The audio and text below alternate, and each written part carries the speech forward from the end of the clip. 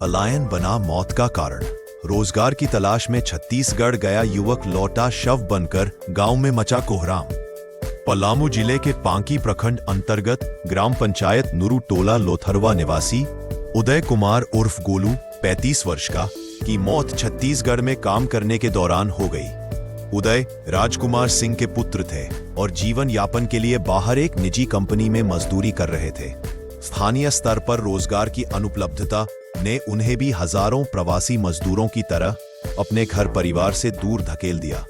लेकिन अब वह शव बनकर अपने पैतृक गांव लौटा। शनिवार को जैसे ही उनका पार्थिव शरीर नूरू गांव पहुंचा, गांव में मातम पसर गया। परिजनों का रो रोकर बुरा हाल हो गया।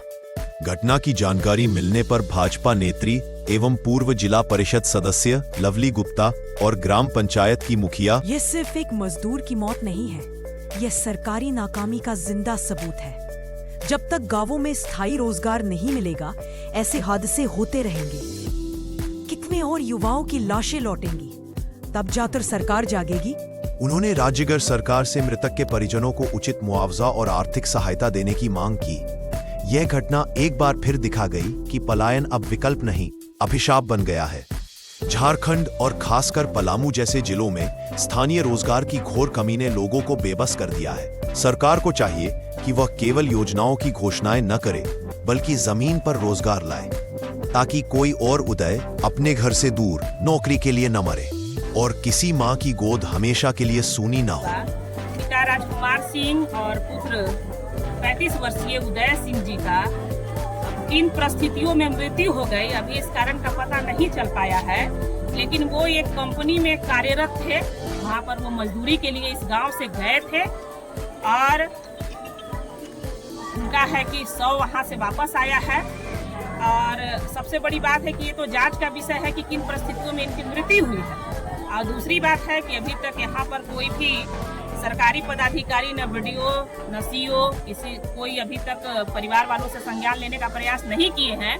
जबकि ये कल की ही घटना है और ये मीडिया के माध्यम से चल रहा है। परिजनों ने भी प्रयास किया बीडीओ साहब से, सीओ साहब से संपर्क करने का, लेकिन अभी तक उधर से कोई रिस्पॉन्स नहीं हुआ। सबसे पहले प्रथम दृष्टिया तो प्रखंड विकास पदाधिकारी को आकर मामला को देखना चाहिए था।